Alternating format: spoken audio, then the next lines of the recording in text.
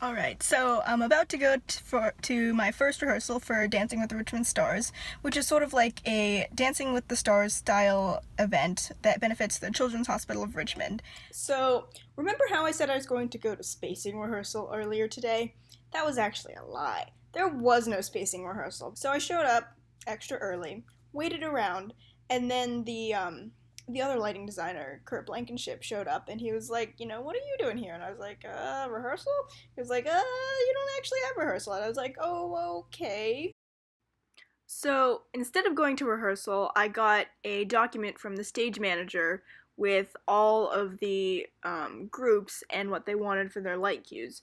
So I ended up sitting down and programming everything into Nomad. I had already prepped a sort of like a base file with all the blackouts that I anticipated in the pre-show look from last year. And I just sort of resurrected that and added in the stuff that I picked for this year. You can see I'm programming on my laptop with offline etc EOS on Nomad. I don't actually have the gadget dongle that lets you output, but you can still always play with it offline and work on stuff. So as you can see, I'm flipping back and forth between the Nomad software and then my cue sheet in Excel.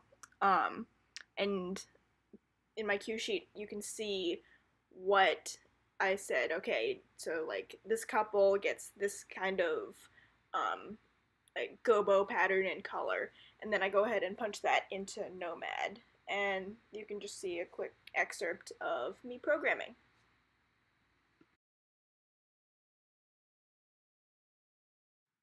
So this is the magic sheet I made last year, and I'm also using it this year because it's pretty simple. It's basically every little box you see is targeted to either a color palette, a beam palette, a preset, or an effect, or a macro. And it basically, instead of hunting and pecking around the moving light controls to find exactly the gobo you want, you can just click on, say, blocks or click on leaves, and it'll put that gobo in and make everything easy. If you're only taking 15 minutes apiece, pre-programming is really important. Kurt would build his cues, I would tweak my cues, and sometimes seeing what Kurt did, I would change the like my colors to match what Kurt did. I would change my timing because I pretty much default timed everything. Um, and so it went really well.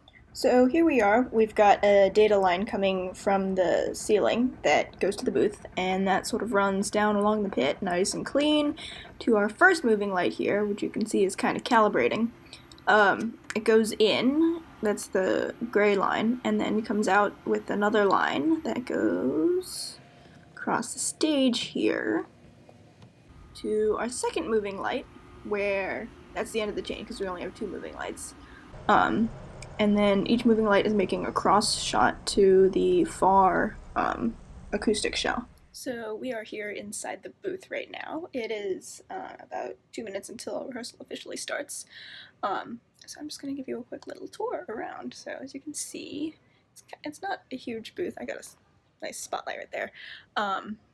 And we're facing the stage here. You can kind of see the movers down there as well. So here is my PSD. You can see all my cues here. I always number my pre-show as 1. I like to label the big cues, so like the start of every dance, any blackout, but internally I don't usually label them unless something dramatic happens, just so I don't get really confused about like what things are what because there's so many labels. As you can see, I have a variety of times. My default time was 2.9, just so I could see what it was. And my cue scheme is pretty simple. Every start of every dance is a 10, 20, 30, etc. The internal cues go +1, +2, so 10, 11, 12, and then ending with 9 is always the blackout. Any marks, so like auto follows from the blackout, and then mark and stop the effect are 0.1. And any blackout has an intensity block, and any start of new dance has a full block. The reason I do that is intensity block just blocks the intensity, so the moving light parameters can track through and I don't have to deal with mover trash. that's really helpful. Because I haven't actually had to do any mover trash issues this show, thanks to auto marking and tracking and intensity blocks. So it is day of the show, guys. As you can tell, I'm wearing my black shirt customarily for tech, and I also have this little bow tie here because it's sort of like a black tie event. So I thought I'd sort of be cutesy and do a black bow tie. And yeah, tech call is about 15 minutes. I was pretty early. But we're about to start setting up.